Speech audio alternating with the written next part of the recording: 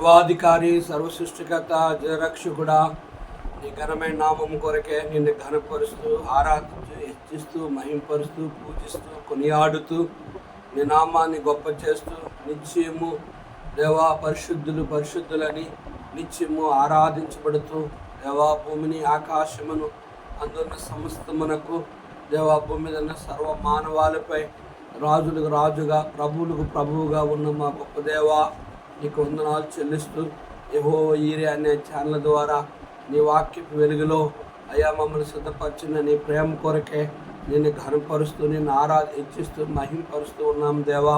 అందును బట్టి నీకు వందనాలు దేవా. జిప్పి మరి బంజారాల మధ్యలో జరిగిన పరిచర్య కొరకు జిప్పి ఇదిగో ప్రభా, బంజారాలో ఇదిగో ప్రభా జరుగుతున్న పరిచర్యలు, ఆ ప్రజల్లో దేవా జగత్ పునాది వేయబడక మునిపై ఎవరిని ఎరిగావో, నిర్ణయించావో, పిలిచావో, ఎవరిని ఎన్నుకున్నావో, ఎవరి ద్వారా నీ నా మహిమ తీర్చుకున్నావు, ఉద్దేశించున్నావో వారిని రక్షించమని, నరక ప్రాప్తి విడిపించి నీ రాజ్యం కొరకే సిద్ధపరచు దేవా. అందును బట్టి వందనాలు. పరిచర్యలోను గ్రామాల్లో జరుగుతున్న పరిచర్యలో కూడా నీ సన్నిధి అనుగ్రహించు. అందును బట్టి కృతజ్ఞత చెల్లిస్తున్నాను. ఇదిగా పట్టణాల్లో సువార్త పరిచర్యలు అయా ప్రార్థన చేస్తున్న పట్టణంలో సువార్త పరిచర్యలో ఈ దాసులతో, పరిశుద్ధులతో, సంఘముతో అయా నువ్వు తోడుగా ఉండు. పట్టణాల్లో, పల్లెల్లో దేవా, జిప్పు బంజారా ప్రాంతాల్లో జరుగుతున్న ఈ 3 పరిచర్యలో అయా నీ చిత్తాన్ని నెరవేర్చు, నీ ఆలోచనను నడిపించు. శత్రువు ఆటంకాలన్నిటిలో అత్యధిక విజయాన్ని దయచేయమని, అయా నీ వాక్య వెలుగులో మాతో మాట్లాడమని యేసు నామములో వేడుకుంటున్నాం తండ్రి. ఆమేన్.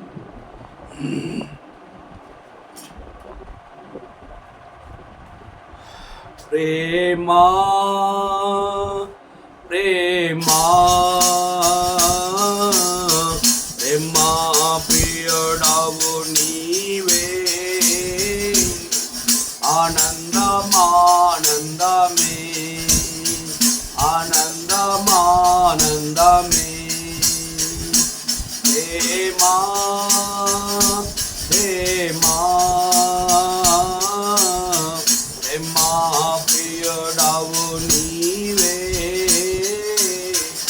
ఆనందమానందమే ఆనందమానందమే. నీ ప్రేమ రుచించిన నాడే నన్ను నేను మరచితినయ్యా. నీ ప్రేమ రుచించిన నాడే నన్ను నేను మరచితినయ్యా. నీ ప్రేమధికమయా నాపై, నీ ప్రేమధికమయా, నీ ప్రేమధికమయా నాపై, నీ ప్రేమధికమయా. ప్రేమా ప్రేమా ప్రేమా ప్రియుడవు నీవే, ఆనందమానందమే ఆనందమానందమే. పరలోక ప్రాసారాజా ప్రేమతోనే పెంచినావా. పరలోక ప్రాసారాజా ప్రేమతోనే పెంచినావా. ప్రేమ తెలియగలనా, నీ ప్రేమ లోతు నెరుగగలనా. ప్రేమ తెలియగలనా, నీ ప్రేమ లోతు నెరుగగలనా. ప్రేమా ప్రేమా ప్రేమా ప్రియుడవు నీవే, ఆనందమానందమే ఆనందమానందమే. ద్రోహినై ఎన్నాళ్ళు నిన్ను గాంచట తిరిగి ఈనయ్యా ద్రోహినై ఎన్నాళ్ళు నిన్ను గాంచట తిరిగి ఈనయ్యా ప్రేమతో నా ప్రియుడా నన్ను కౌగిలించితివే ప్రేమతో నా ప్రియుడా నన్ను కౌగిలించితివే ప్రేమా ప్రేమా ప్రేమా ప్రియుడావు నీవే ఆనందమానందమే ఆనందమానందమే ఏ లోక సకల మహిమా పూలావల్లే వాడిపోవున్ ఏ లోక సకల మహిమా పూలావల్లే వాడిపోవున్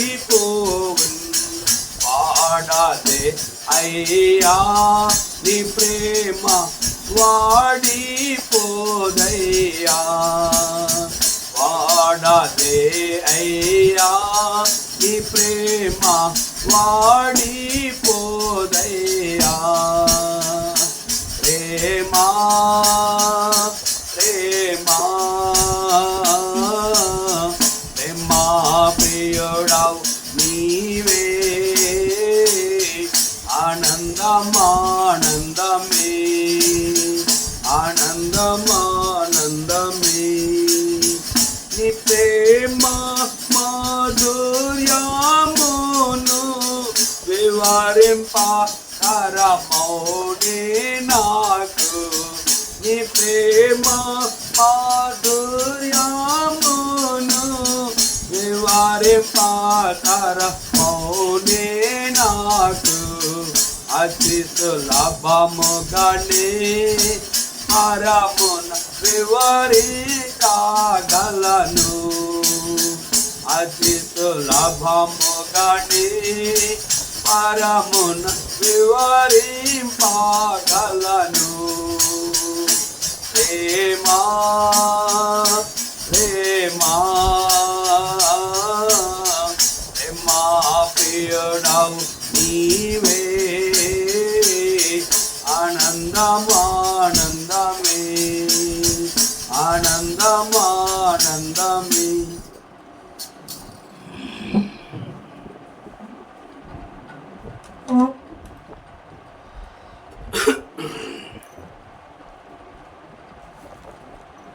దేవుని వాక్యాన్ని చదువుకుందాం. 1 కొరింథీ పత్రిక 13వ అధ్యాయము 8వ వచనం చదువుకుందాం.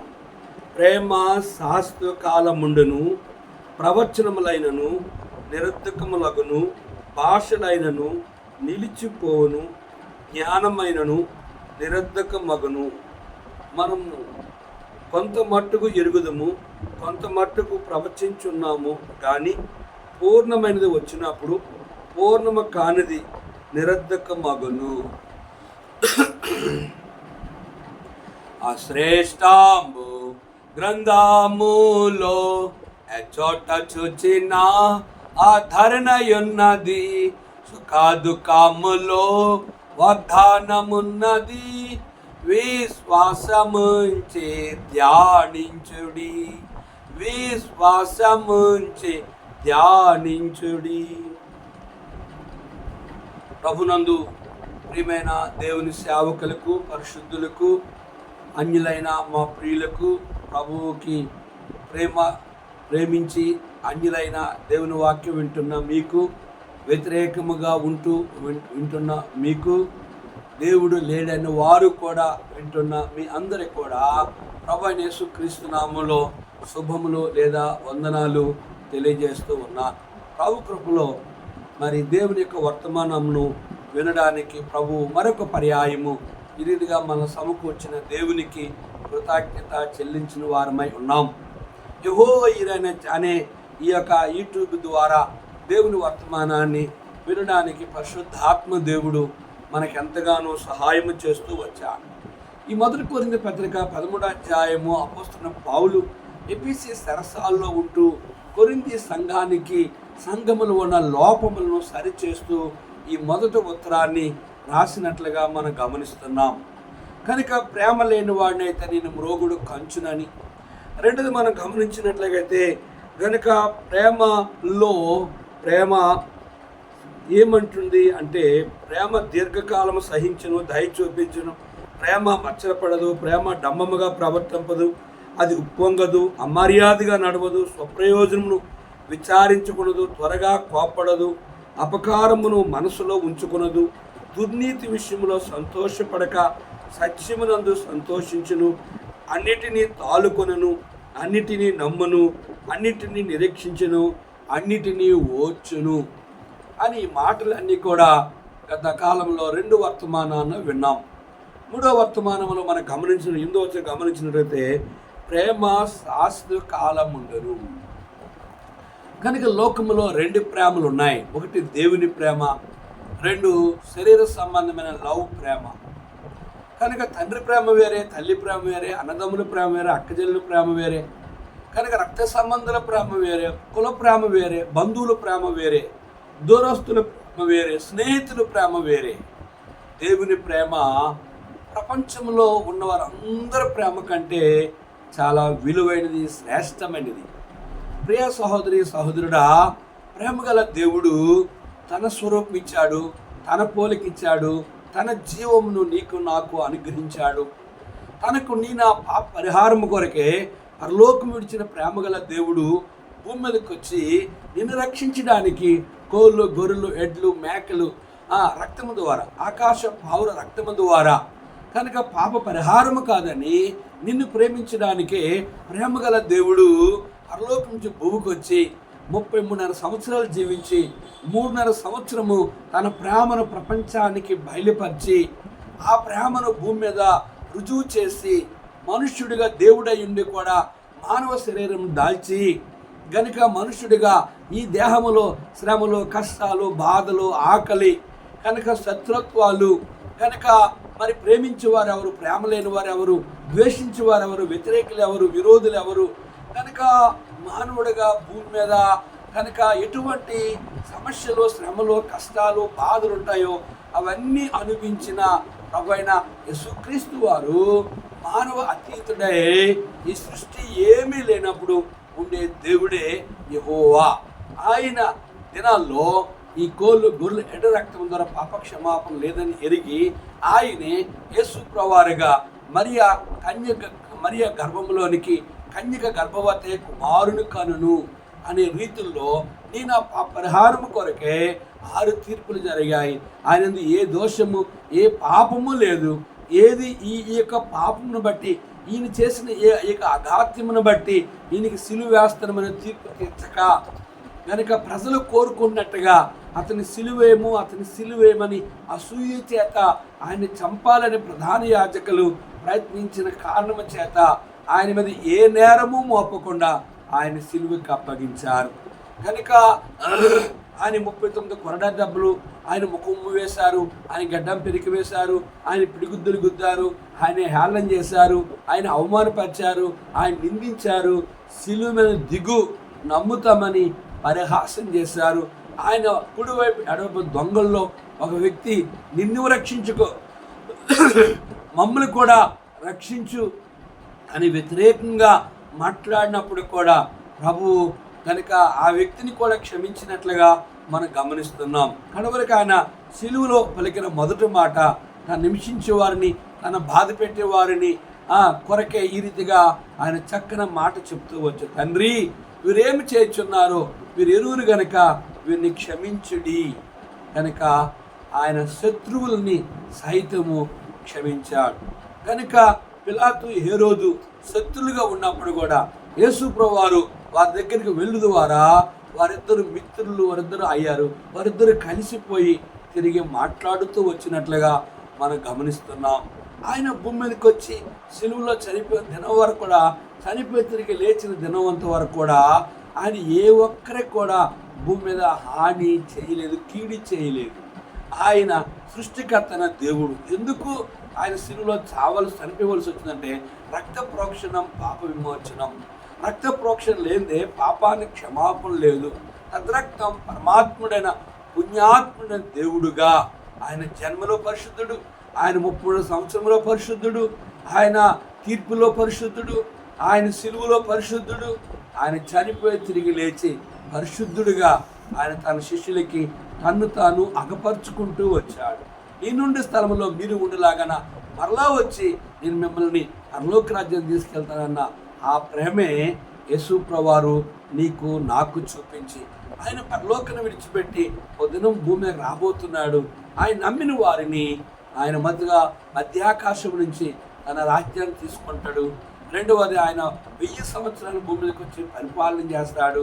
మూడవది తను ఎరిగిన ప్రజల్ని కనుక పరలోక రాజ్యానికి తీసుకెళ్లేవాడుగా. ప్రభువుని ఎవరు ధిక్కరిస్తారో, ఎవరు ద్వేషిస్తారో, ఎవరు అసహించుకుంటారో, ఎవరు అమెరికా, రష్యా, ఆఫ్రికా దేవుడు, ఎవరికో దేవుడని, ఎవరో నిమ్మజాతుల దేవుడని ధృవీకరించి ఈ లోకంలో యేసు ప్రభువారిని ఎరగనట్టుగా ఉండి నమ్మకార్థ క్రైస్తవులుగా, దేవుని విరోధంగా జీవించిన విశ్వాసులుగా, ఆ ప్రభువుకి విరోధముగా సేవ చేసిన పాస్టర్లుగా, అట్టి వారందరూ కూడా క్రీస్తు ప్రేమని ఎరగలేకపోతే అగ్ని ఆరదు, పురుగు చావు. అందుకే ప్రేమ అనేది శాశ్వతకాలము ఉండెను. ప్రేమ శాశ్వతకాలము ఉండెను. కనుక అంతవరకు ప్రేమించేది, చివరి వరకు ప్రేమించేది ఎవరు అంటే ఈ భూమి మీద తండ్రి కంటే, తల్లి కంటే, అన్నదమ్ముల కంటే, అక్కజల్ల కంటే, బావ కంటే, అక్క కంటే, లేదా రక్త సంబంధాల కంటే, కులమ కంటే, ప్రాణ స్నేహితుని కంటే నేను నిజంగా మంచి స్వచ్ఛమైన మనసుతో ప్రేమించింది ఎవరు అంటే ఆ ప్రేమగల దేవుడైన యేసు ప్రభువారు ఒక్కరే. కనుక అబ్రహాము విషయంలో ప్రభువులుగా అన్నాడు, నా స్నేహితుడు అయిన నీకు నేను చేయబో కార్యమును దాచిదనా. చూసిన దేవుడే మానవుడైన అబ్రహామును ప్రేమించి ఆ జరగబోయే విషయాన్ని, ప్రేమ కలిగిన దేవుడు గనుక జరగబోయే విషయాన్ని నా స్నేహితుడు అయిన నీకు చేయబోయే కార్యముని నేను దాచదనా అని చెప్పి రహస్యాన్ని అబ్రహాముకు తెలియజేసినట్లుగా మనం చూస్తున్నాం. ప్రియ సహోదరి సహోదరుడా, నిజమైన ప్రేమ ఈ భూమి మీద ఎవరి నుంచి మనం పొందుకోగలమంటే సృష్టికర్త అనే దేవుడు, జగదరక్షకుడు, భూమిని ఆకాశాన్ని అందున్న సమస్తాన్ని కూడా నిర్వహించిన దేవుడు, సమస్తాన్ని పరిపాలించిన దేవుడు, ప్రపంచంలో సర్వమానవాళ్ళు ఆయన స్వరూపము, ఆయన పోలిక, ఆయన జీవము, ఆయన ఊపిరి నాలో ఉంది. కనుక ఆయన ప్రేమించి నువ్వు నశించిన నరకానుకోటి ఇష్టం లేక నేను తనతో పాటు నిత్యరాజ్యం మోక్షాన్ని తీసుకెళ్ళడానికే ఈ భూమి మీదకి వచ్చిన ఆయన ప్రేమ ఏంటంటే ప్రేమ శాశ్వత కాలము ఉండెను. శాశ్వత కాలం అంటే ఎంతవరకు అంటే అనుకోవచ్చు, నువ్వు ఈ భూమి ఉన్నంత వరకు అనుకోవచ్చు. ఈ భూమి ఉన్నంత వరకు ఒకటిది. రెండోది యుగములు పరలోకములో ఆయన నీతో ఉంటాడు. అది శాశ్వతమైన ప్రేమ. ప్రభువుని ఎరక్క ఈ లోకంలో ఉన్న వారికి ఇప్పుడు ఆయన ప్రేమ ఉంటుంది. చనిపోయిన తర్వాత కూడా యుగములు కూడా వాళ్ళ ఆత్మ నరకములో కాలుతూ ఉంటుంది. ఆ నరకము నుంచి విడిపించడానికే ప్రభువైన యేసుక్రీస్తు వారు రక్త ప్రోక్షణం, పాప విమోచనం, రక్త ప్రోక్షణ చేసి నీ పాపం విమోచించి నిత్యరాజ్యమైన మోక్షములోనికి, మహిమలోనికి, పరలోక రాజ్యంలోనికి, వైకుంఠములోనికి తీసుకెళ్ళడానికి వచ్చి ఉన్నాడు. 9వ వచనం మనం గమనించినట్లుగా అయితే 8వ వచనంలో ప్రేమ శాశ్వత కాలముండను, ప్రవచనములైనను నిరర్ధకములగును. ప్రవచనాలు కనుక ప్రవక్తలు ప్రవచించారు. ఒకళ్ళు అవి నిరర్ధకమవచ్చు. ఆ ప్రవచనం ఒకళ్ళు కొంతమంది అబద్ధ ప్రవక్తలు ఉన్నారు, వారు ప్రవచించారు, అవి జరగలేదు. కనుక దేవుని చేత పిలువబడిన సేవకులు, ప్రవక్తలు ఉన్నారు, వారు ప్రవచించారు, అవి ప్రపంచంలో జరుగుతూ వచ్చాయి. బైబిల్ గ్రంథంలో ఉన్న ప్రతి ప్రవచనము జరిగింది. ఏది కూడా జరగకుండా ఉండలేదు. ఏది జరగకుండా ఉన్నది అంటే అబద్ధ ప్రవక్తలు, అబద్ధపు సేవకులు, దేవుని చేత పిలువబడిన సేవకులు ఎవరైతే ప్రవచిస్తారో అవి జరగకపోవచ్చు. రెండోది మనం గమనిస్తే భాషలైనను నిలిచిపోవును. భాషలు ఆయనను నిలిచిపోవును. భాషలు ఆగిపోవచ్చు కానీ, భాష తరిగిపోవచ్చు కానీ, భాషలు కనుక ప్రయోజనం లేకపోవచ్చు, కానీ భాషల ద్వారా ఎవరికి ఆధ్యాత్మ జీవితంలో క్షేమం లేకపోవచ్చు, కానీ ప్రేమ అనేది శాశ్వతకాలం ఉంది. ప్రవచనము నిరర్ధకం అవ్వచ్చు, కానీ ప్రేమ శాశ్వతకాలం ఉంది. మూడోది మనం గమనించినట్లయితే జ్ఞానమైనను నిరర్ధకమవు. జ్ఞానము, ఈ లోక జ్ఞానము నిరర్ధకమైనది. దేవుని ప్రభు ఇచ్చే జ్ఞానము, భూమి మీద ఉన్న జ్ఞానము నిరర్ధకం అవ్వచ్చు, కానీ ఆగిపోవచ్చు, కానీ ఆ జ్ఞానము మనుషుడు తన పుస్తక జ్ఞానముతో, లోక జ్ఞానముతో, తనకున్న జ్ఞానంతో మాట్లాడచ్చు. కానీ బైబిల్ గ్రంథంలో మీకు చెప్పాను, కనుక రాజైన సొలొమోనుకి దేవుడు జ్ఞానం ఇచ్చాడు. దైవ జ్ఞానంతో దేవునితో సంబంధం కలిగినంత వరకు కూడా దైవ జ్ఞానంతో జీవించాడు. చివరి దినాల్లో తన భార్యల మాట విని పాపం చేసి విగ్రహారాధన చేసినప్పుడు ఆ జ్ఞానము తిరిగి తాను పోగొట్టుకున్నట్లుగా మనం చూస్తున్నాం. చివరి దినాల్లో తన పాపం విషయంలో సొలొమోను పశ్చాత్తాపడినప్పుడు తిరిగి దేవుడు తన మనోనేత్రము తెరిచి తిరిగి ప్రభువు తన పాపములు క్షమించి తన వైపు తిరిగే జ్ఞానాన్ని అనుగ్రహించి తాను పరిపూర్ణంగా సొలొమోను ప్రభువైన యేసుక్రీస్తు వారిని చివరి దినాల్లో తన తప్పును, తన పాపమును, తన అజ్ఞానాన్ని, తన అవిధేయతలు ఒప్పుకొని సృష్టికర్తన దేవుడే జ్ఞానవంతుడు, ఆయన సర్వజ్ఞాని అని చెప్పి ఆయన ఎదుట తాను సరి చేసుకొని ప్రభువుతో సమాధానం కలిగిన వాడుగా మనం చూస్తున్నాం. ప్రేమ శాశ్వతకాలం ఉండను, ప్రవచనంలో అయినను నిరర్ధకమవును, కానీ ప్రేమ శాశ్వతకాలం ఉండదు. భాషలైనను నిలిచిపోవును, కానీ ప్రేమ శాశ్వతకాలం ఉండదు. జ్ఞానము నిరర్ధకం అవ్వచ్చు, కానీ కనుక ప్రేమ శాశ్వతకాలం ఉండదు. ప్రియ సహోదరి సహోదరుడా, ఆ ప్రేమ గల దేవుడు తన స్వరూపం, తన పోలుకు, తన జీవం ఇచ్చి, తన ఊపిరిచ్చి తల్లి గర్భములో తేండ పొట్టలో కనుక ఆయన అంటాడు, చూడుము నా అరచేతులని చెక్కి ఉన్నాను. తల్లి యొక్క ఆ పొట్టలో, తేండ పొట్టలో తన అరచేతుల్లో నిన్ను చెక్కాడు. కుమారుడిగా, కుమార్తెగా చెక్కాడు. కనుక నువ్వు దొంగవైనా, వ్యభిచారమైనా, జుదుగాడవైనా, మోసగాడవైనా, హంతకుడవైనా, కనుక లోకంలో నరహంతకుడవైనా, ఎటువంటి ఘోర పాపినైనా నిన్ను క్షమించడానికి, ఆయన పాపులు రక్షించడానికి క్రీస్తు యేసుగా ఈ లోకానికి వచ్చాడు. నువ్వు పాపివని, నువ్వు నశించిపోట, త్రాగుడుగా, దొంగతనము, వ్యభిచారము, జోదము, మోసము, అన్యాయము, కుట్రలు, కుతంత్రాలు, రాజకీయాలు, ఈ లోకంలో ఉన్న అనేకమైన ఘోరమైన పాపములు నువ్వు చేసి ఉండొచ్చు, కానీ ఎంత ఘోర పాపం అయినప్పుడు కూడా నేను రక్షించడానికి, నిన్ను క్షమించడానికి, నేను నరకానికి వెళ్ళనివ్వకుండా తన రాజ్యంలో యుగయుగాలు నిన్ను తనతో పాటు ఉంచాలని ప్రేమగల దేవుడు నీ కొరకు సిలువలో బలైపోయి రక్తము కాచాడు. ఆయన నీ నుంచి కోరుకుంది ఏంటంటే నీ డబ్బో, నీ బంగారమో, నీ భూమో, నీ తోటో, లేదా నీ నుంచి ఏదైనా లంచము ఆయన ఆశించేవాడు కాదు.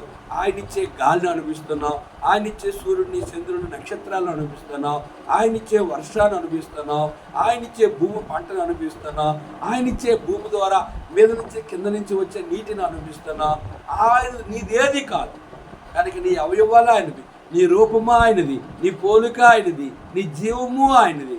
అందుకే మనము మీకా గ్రంథంలో గమనించినట్టుగైతే మీకా ప్రవక్త ఈ రీతిగా ప్రభువుని ఆరాధించడానికి, ఈ రీతిగా ప్రభువా ఏమిచ్చి నిన్ను ఘనపరచగలను అంటూ చూడండి.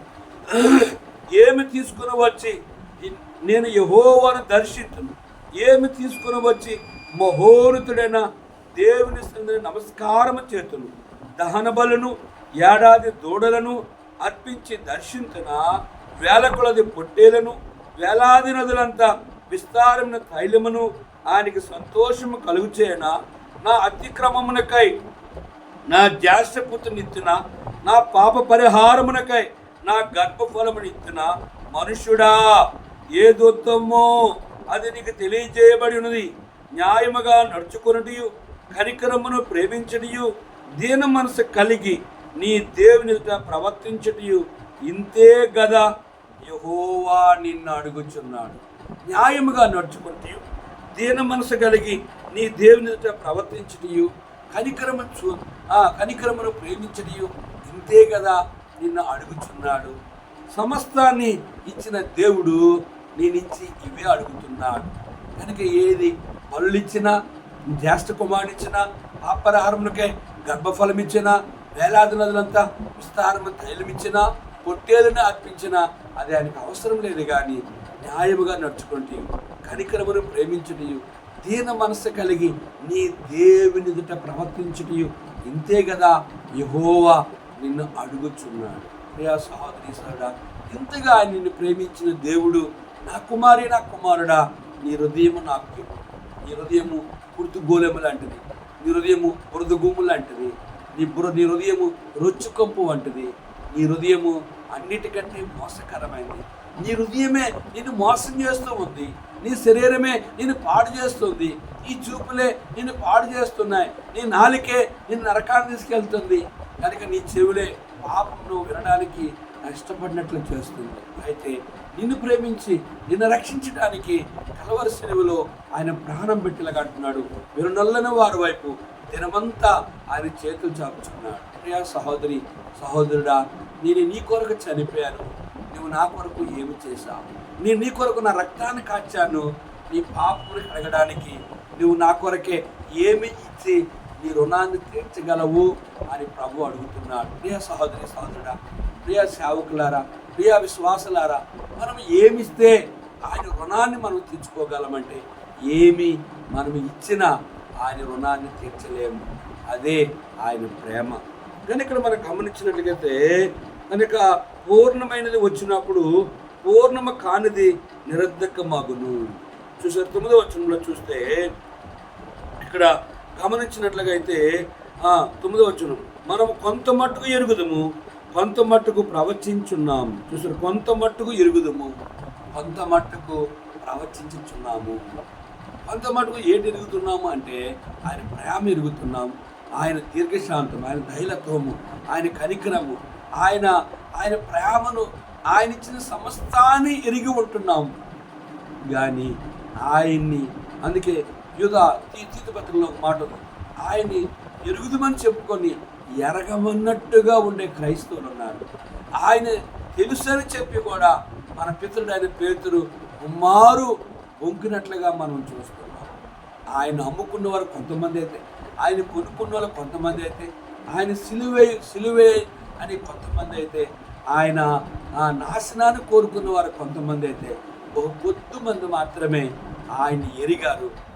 ఆయన సృష్టికర్త దేవుడు, ఆయన జగదరక్షకుడు, ఆయన రక్తం ద్వారానే అపక్షమాపణను ఎరిగి ఆయన్ని పరిపూర్ణంగా విశ్వసించి నరకము తప్పించుకొని మోక్షాన్ని పొందుకుంటూ వచ్చారు. కనుక ప్రియ సహోదరి సహోదరుడా, మనము కొంత మట్టుకు ఎరుగుదము, కొంత మట్టుకు ప్రవచించున్నాము. కానీ కొంత మట్టుకు ప్రవచించుచున్నాము. జరగబోయే దానిని దేవుని చేత పిలువబడిన సేవకులు దేవుడు చెప్పింది మాత్రమే ప్రవచించారు, అవి జరిగాయి.